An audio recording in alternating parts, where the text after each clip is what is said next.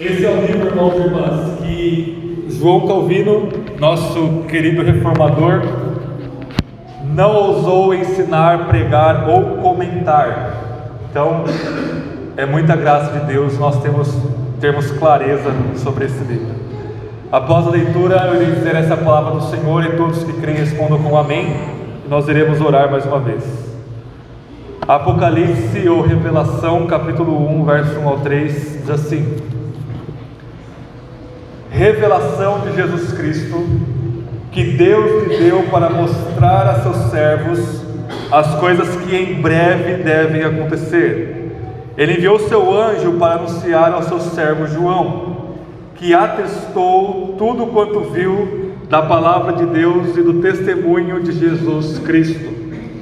Bem-aventurados os que leem e também os que ouvem as palavras desta profecia e guardam as coisas que nela estão escritas, porque o tempo está próximo. Essa é a palavra do Senhor. Vamos orar mais uma vez.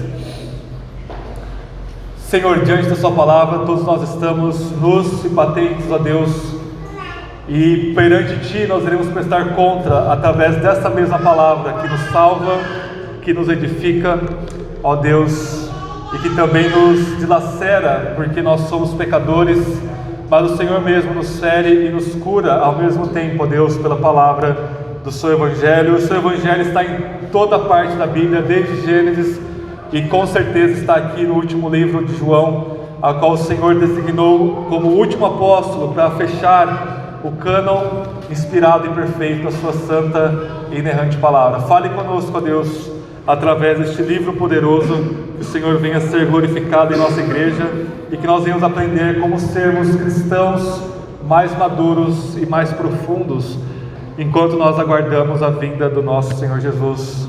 É nele que nós confiamos em todos os momentos e agora para falar conosco. Amém e amém. Irmãos, o livro de Apocalipse, vocês sabem que é o livro mais mal interpretado, mal entendido de toda a história. O pessoal não consegue se segurar. Qualquer evento que acontece na história, o pessoal já falava, é o Apocalipse. Isso desde sempre, irmãos. Desde sempre o pessoal acha que acontece um terremoto, é o Apocalipse, Jesus está voltando. Acontece uma enchente, é o Apocalipse, Jesus está voltando, é o sinal dos tempos. Acontece uma praga, acontece uma guerra. Vocês imaginem a situação da mentalidade do pessoal em momentos de crise como a Revolução Francesa ou as duas guerras mundiais do século passado. O pessoal realmente achava com toda a força que Jesus estava voltando, porque a guerra atingiu um patamar mundial, é uma coisa catastrófica, universalmente catastrófica, e portanto era algo que adiantaria ou que colocaria de forma iminente a volta do nosso Senhor Jesus. Não somente coisas ruins, mas, por exemplo, grandes avivamentos. Por exemplo, no século XVIII, nós tivemos um avivamento a nível mundial. Um dos seus líderes, Jonathan Edwards, um teólogo que nós amamos muito, acreditava que através daquele grande avivamento mundial, através dos irmãos Wesley, George Whitefield e do próprio Jonathan Edwards, aquilo iria adiantar, de alguma forma Jesus estava à porta, prestes a voltar e instaurar o seu reino completo para todo sempre. Passou-se o tempo, nada aconteceu. E nós estamos vivendo nessa pós-pandemia, uma pandemia a nível global, onde a gente tem acesso à informação muito rápido, e muita gente achou que a pandemia também era um sinal, até porque teve algum momento da pandemia que teve praga de gafanhoto voando na Argentina, no sul do país, teve praga não sei aonde, praga aquilo, junto com a guerra da Rússia com a Ucrânia, pandemia, todo mundo ficando muito maluco como sempre, e todo mundo achando que isso era sinais do Apocalipse. Irmãos, não é nessa perspectiva. A gente vai ver que todo e qualquer desastre, a gente vai ver isso ao longo do livro, são sinais do Apocalipse, mas não que significa que acontece alguma coisa, um conjunto de coisas, e Jesus já está prestes a voltar. Deixe-me dizer algo para vocês sobre isso, que eu vou repetir ao longo da série de Apocalipse. Presta atenção, Jesus não está voltando. Pronto, o Ida caiu na heresia do hiperpreterismo, que fala que tudo se cumpriu no passado. Irmãos, presta atenção na diferença. Jesus não está voltando, Jesus vai voltar. Vocês conseguem perceber a diferença dessas frases? Será que o gerúndio importa? Importa demais. Irmãos, o que a gente acha? Que Jesus está lá numa galáxia diferente, atrás de um planetinha, com um microscópio gigantesco, um telescópio, falando, não, agora aconteceu um monte de coisa, não, agora eu estou voltando. Será que a gente acha que ele está vindo devagarzinho, voltando lá da constelação de Andrômeda? Tem gente que acha que ele está em algum lugar do universo escondido, só esperando a hora certa da cortina descer e ele aparecer. Irmãos, que imaginação tosca é essa no meio evangélico? Jesus vai voltar. Jesus está neste momento à destra de Deus Pai, na dimensão celestial ou na dimensão invisível. Vocês se lembram de Atos 7, quando Estevão estava para ser martirizado? Aí Jesus falou, não, agora eu vou voltar para aparecer lá para o meu servo Estevão, eu preciso sair uma semana daqui para aparecer para ele, para dar tempo para eu aparecer para o meu servo Estevão. Não, ele rasgou os céus num piscar de olhos. Ou seja, para Jesus aparecer para nós e voltar, é um piscar de olhos, é um nada de tempo, é só ele rasgar a dimensão que separa a visível e a invisível e aparecer. É por isso que a Bíblia fala que ele vai vir em um piscar de olhos, como um ladrão da noite. Ele vai voltar. E quando ele voltar, tudo estará terminado, tudo estará acabado, tudo estará consumado. E é isso que nós vamos ver aqui no livro de Apocalipse. Irmãos, o livro de Apocalipse, para bem ou para mal, ele tem formado uma mentalidade que é chamada de uma mentalidade apocalíptica. E essa mentalidade apocalíptica, ela tem formado todo o nosso mundo moderno, desde aí da metade do final da Idade Média até os nossos dias. O pessoal, com uma perspectiva absolutamente errada do que é o Apocalipse, começa a criar utopias, começa a criar a tentativa de estabelecer o céu na terra com a força do braço.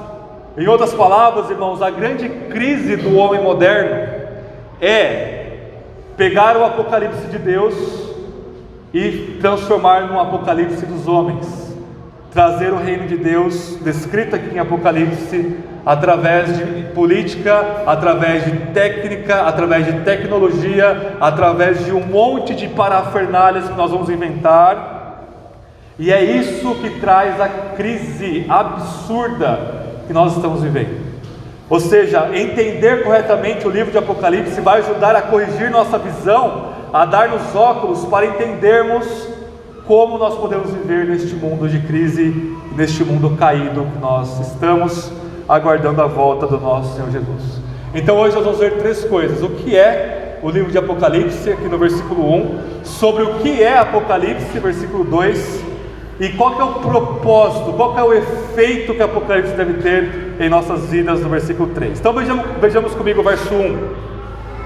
A primeira palavra do livro é o título do livro, Apocalipse, ou Revelação de Jesus Cristo, que Deus lhe deu para mostrar a seus servos as coisas que em breve devem acontecer. Ele enviou seu anjo para anunciar a seu servo João, que atestou tudo quanto viu da palavra de Deus, o testemunho de Jesus Cristo, nosso Senhor. Então o que nós temos aqui é uma corrente de revelação. Deus Pai revela para Jesus Cristo, agora como homem. Jesus revela para os seus anjos. Os anjos vão revelar para o apóstolo João como o último apóstolo, e o apóstolo João vai comunicar essa revelação para as igrejas, para as 7 igrejas da Ásia Menor, do capítulo 2 e 3, e para todas as igrejas de todos os tempos, para nós. Então, irmãos, o que é o Apocalipse? Apocalipse são 3 coisas em um só livro.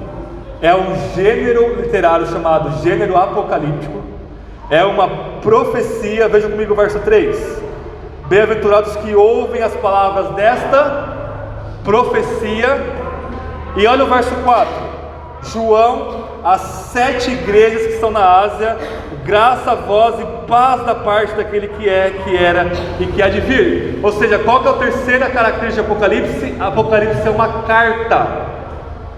Então presta bem atenção, é muito comum nos livros da Bíblia terem vários gêneros dentro do gênero literário da Bíblia. Então os evangelhos, por exemplo, que é o evangelho, por exemplo, Mateus, Marcos, Lucas e João, dentro dos evangelhos tem o quê?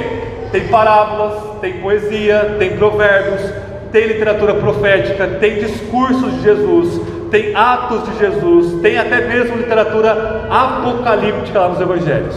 Só que, irmãos, Apocalipse não é um gênero dentro do outro, ele é 3 gêneros juntos. Primeiro ele é um Apocalipse, já viu o que é isso?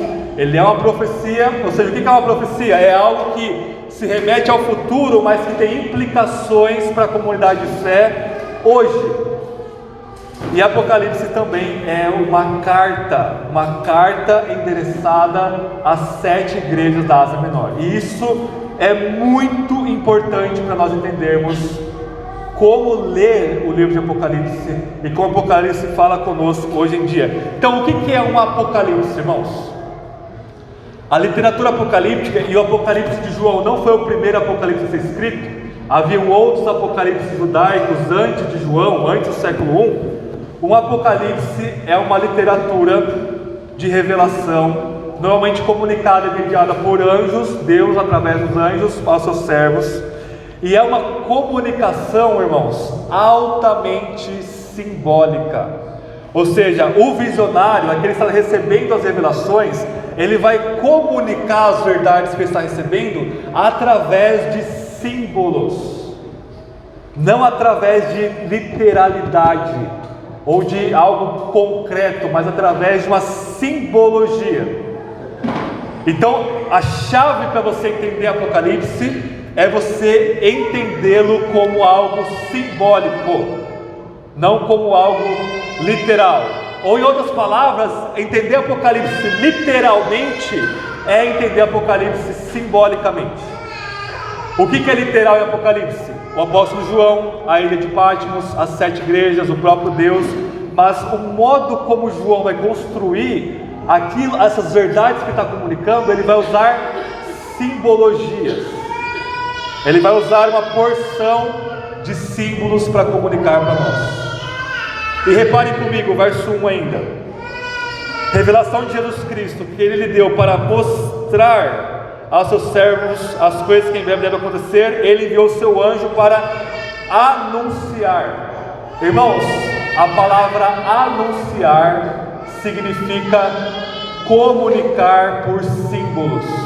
É a palavra semaino, que vem de sinais.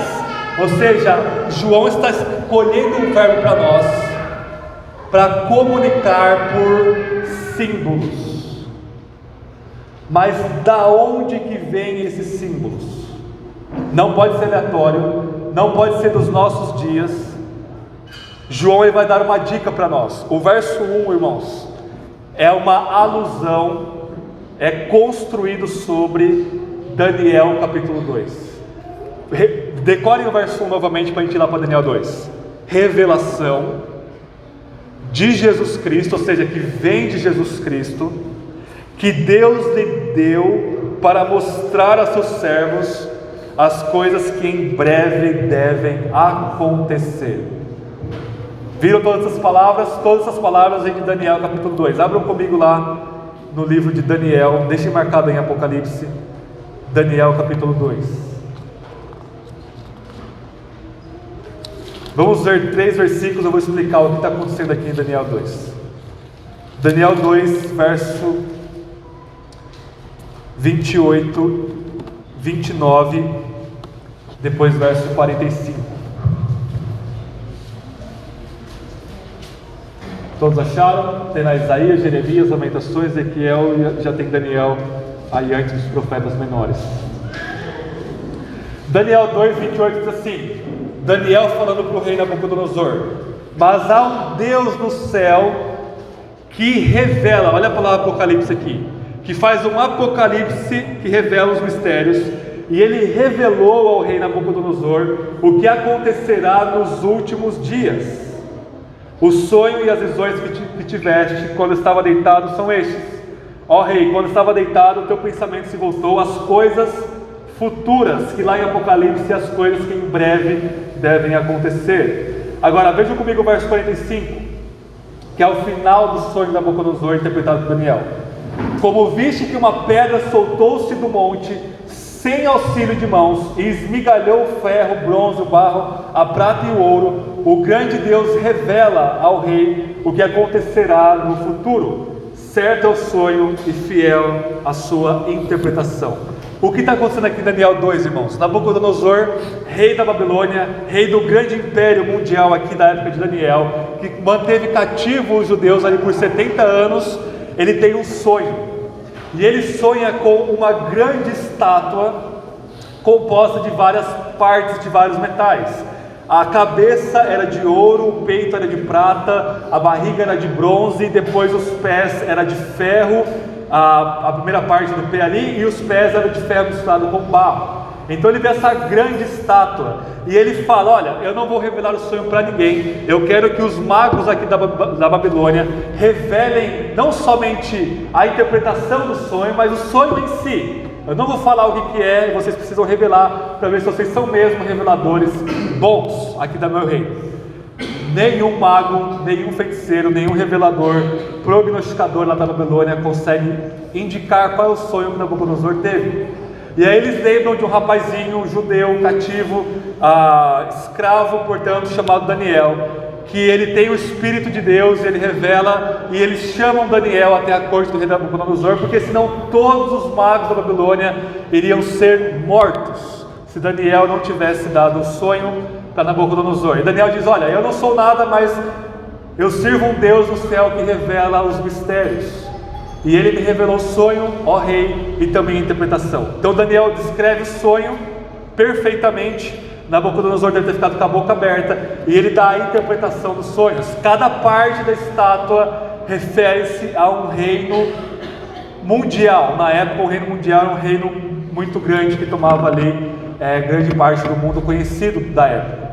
Então a cabeça de ouro é a Babilônia, e depois as outras partes eram outros reinos, que hoje a gente entende que era o reino Medo-Persa, a Grécia, depois Roma, o pé misturado com barro ali é Roma dividido. E Daniel diz o seguinte: olha, além disso, rei, você viu uma pedrinha que saiu do céu sem nenhuma mão lançada, ou seja, ela vem por conta própria, e ela bate no pé dessa estátua, e essa estátua ela vira pó, ela é esmigalhada, ela é esmiuçada, não resolve nada dela. E essa pedrinha, quando quebra essa estátua, ela começa a crescer, e ela se transforma numa montanha, e essa montanha cobre toda a terra.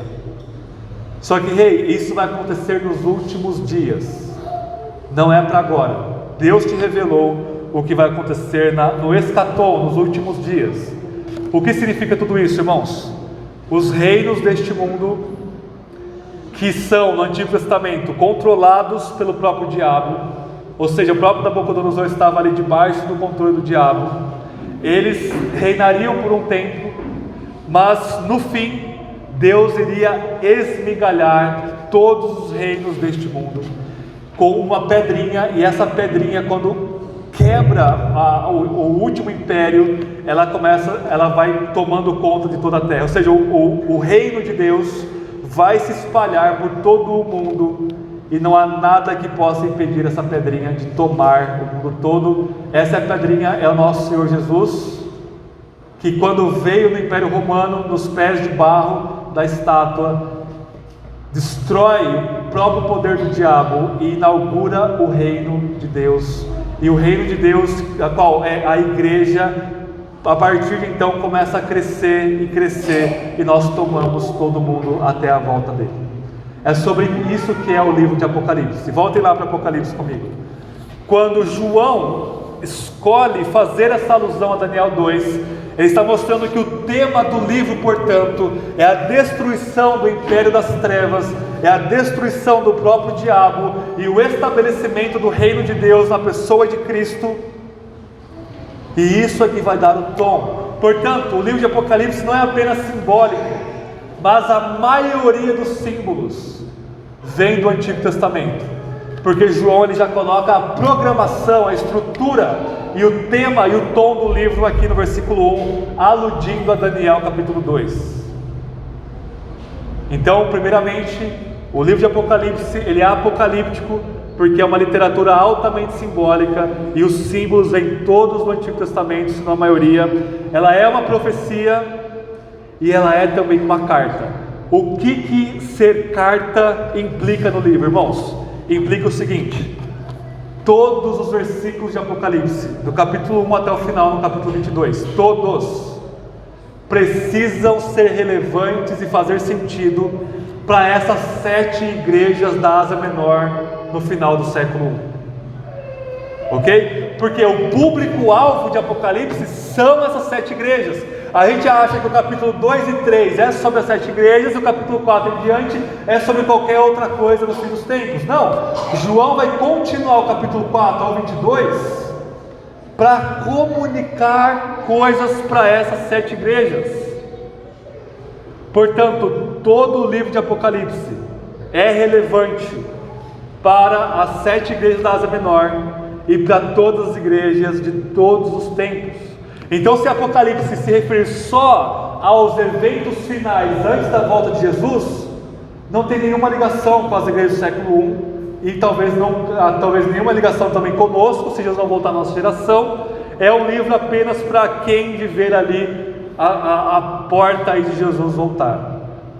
Só que não, Apocalipse completo o apóstolo João recebeu e designou literariamente para ser relevante e útil como palavra de Deus para todas as igrejas de todos os tempos. Por quê, irmãos? Eu sei exatamente quando o fim dos tempos começa. Começa quando Jesus veio há 2000 anos atrás. Qualquer outra data é heresia instantânea. O fim dos tempos, essas coisas que em breve devem acontecer, essas coisas futuras que Deus revelou para Nabucodonosor e para Daniel, elas começam na primeira vinda de Cristo. Ou seja, nós estamos vivendo nos últimos dias, nós estamos vivendo o Apocalipse, nós estamos vivendo o fim dos tempos há 2000 anos. E esse fim dos tempos vai continuar até Jesus voltar, que pode ser amanhã, pode ser daqui 5.000 anos, ou daqui 20.000 anos, não importa. Nós vivemos pela fé, aguardando a volta do nosso Senhor Jesus, e nós estamos vivendo já o fim dos tempos, nós estamos vendo já o Apocalipse.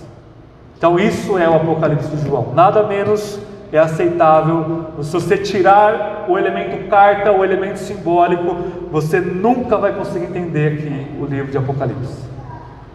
Segundo lugar, sobre o que é Apocalipse. Veja comigo o verso 2.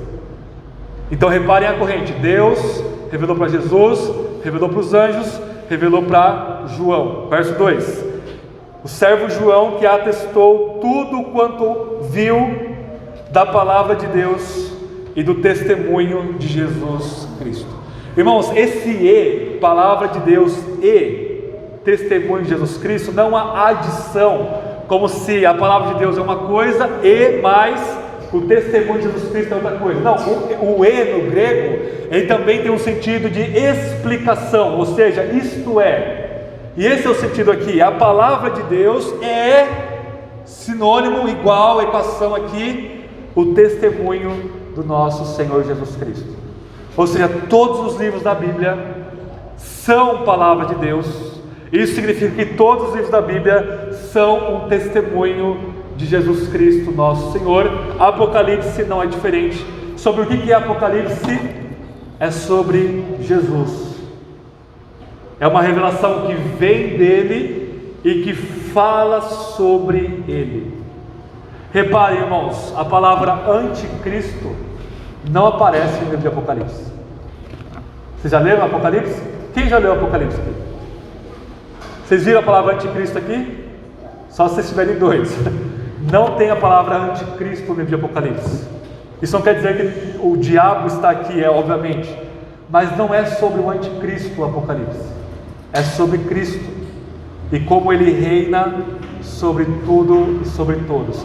Não existe a palavra arrebatamento no livro de Apocalipse. Não existe. Porque Apocalipse não é sobre você ser raptado deste mundo para o céu. Apocalipse é sobre como seguir o Cordeiro rumo à nova criação nesta vida, neste mundo. Porque é sobre isso que é Jesus Cristo. Ele se revela a nós, nos salva, nos santifica, para nós podermos ser luz neste mundo, não para arrebatar-nos no meio da história e deixar que o mundo se morra aqui sozinho. Não, Ele chama-nos a viver de forma fiel neste mundo aqui. Então Apocalipse, meus irmãos e irmãs, é sobre Jesus Cristo, nosso Senhor. Amém? Isso não é o Apocalipse, tá? Não sei que barulho doido que está surgindo aí, mas é uma trilha sonora bacana, Danilo, aí para a série. Tá com alguma interferência aí. Terceiro lugar, foco aqui, irmãos, para nós terminarmos. Qual que é o efeito de Apocalipse na sua vida e na minha? Alegria. Vejam o verso 3 comigo. Bem-aventurados, mais do que felizes, bem-aventurados os que leem e também os que ouvem as palavras desta profecia e guardam as coisas que nela estão escritas, porque o tempo está próximo.